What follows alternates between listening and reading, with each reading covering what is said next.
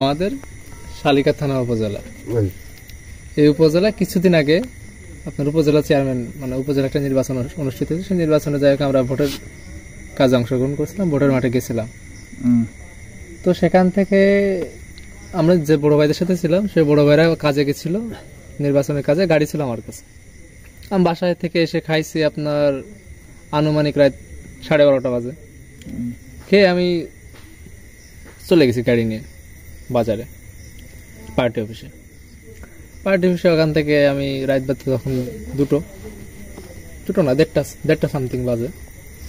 তখন বড় ভাইরা আবার অন্য জায়গায় যাবে, আমার আপনার হচ্ছে বাসা থেকে আর 1 কিলোমিটার আগে লাগাই দিয়েছে। তো তুমি চলে যাও।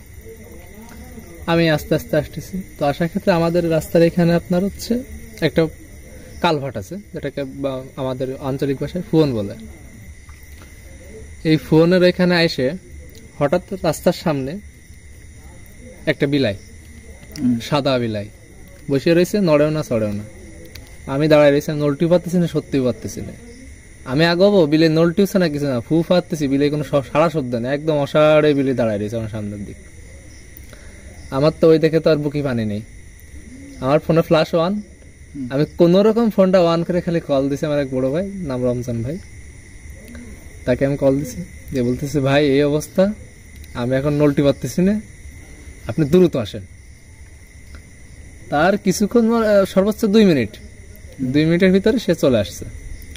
আইসে বিলাইটারে যাই একটু ধাক্কা দিছে, বিলাই চলে গেছে।